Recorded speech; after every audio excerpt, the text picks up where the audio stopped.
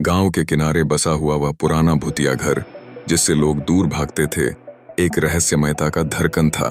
कहते थे कि वहां भूत प्रेत रहते हैं और रात के अंधेरे में उनके हलचल की आवाजें सुनाई देती हैं।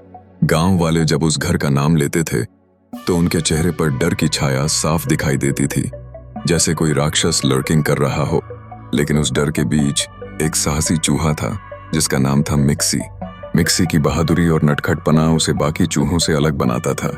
उसने ठान लिया कि वह उस भूतिया घर में जाएगा। उसके मन में ख्याल आया, यह बस एक पुराना घर है, भूत तो नहीं होते, परंतु कई कहानियां होती हैं।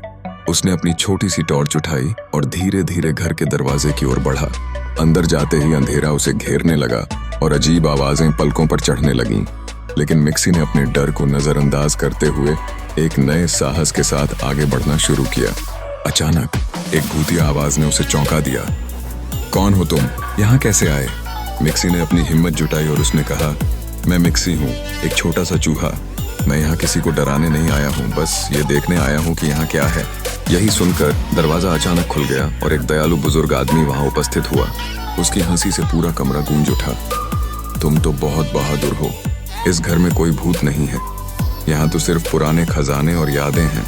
उस दिन मिक्सी ने न केवल अपने डर को दूर किया बल्कि पूरे गांव को एक नई सीख भी दी। बाबूजी के शब्दों ने गांव वालों को समझाया कि वास्तव में डर सच्चाई का सच नहीं होता। साहस दिखाए बिना डर से भागना स्तरहीन होता है। मिक्सी के साहस ने गांव के लोगों को प्रेरित किया और वे भी उस भूतिया घर में जाने लगे।